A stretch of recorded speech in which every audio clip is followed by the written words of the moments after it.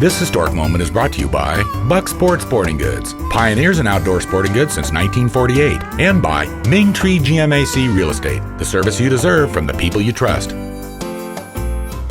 Here at Eureka's Redwood Acres, stock car racing has an established history approaching 60 years. The fairgrounds were built in the late 30s with the grandstand and this track originally for horse racing. In the early 50s, stock car racing really took off. It was the era of the hardtops. The cars of choice were 35 through 41 Ford coupes with souped-up flatheads. The early races on the dirt track were slam-bang affairs, and the cars were sort of stock, but stripped of glass and interiors and anything else that might have made them lighter and faster. There were a few rules, but it was a relatively affordable sport. Into the 60s, popular choices for drivers were the mid-50s Chevys and Fords, though some guys like Jim Walker ran a Pontiac, and other nonconformists like Sheldon Stenquist ran a Studebaker Hawk.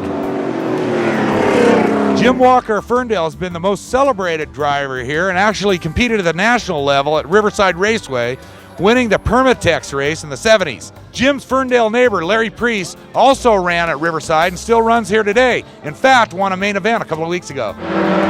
It's driver skill that wins races, but car setup is huge, and drivers get a lot of help from their crews that love doing it. In the 70s, the popular cars were Camaros and Chevelles. Ultimately, the dirt track became paved, and high-end kit cars became the cars of choice. But there still are classes for lower budget racers as well. There's always been quite a bit of camaraderie, but over the years there's been some bitter rivalries and more than a few fistfights. And the voice of Redwood Acres Raceway, Roland Treherne, and this has been one of 101 milestones.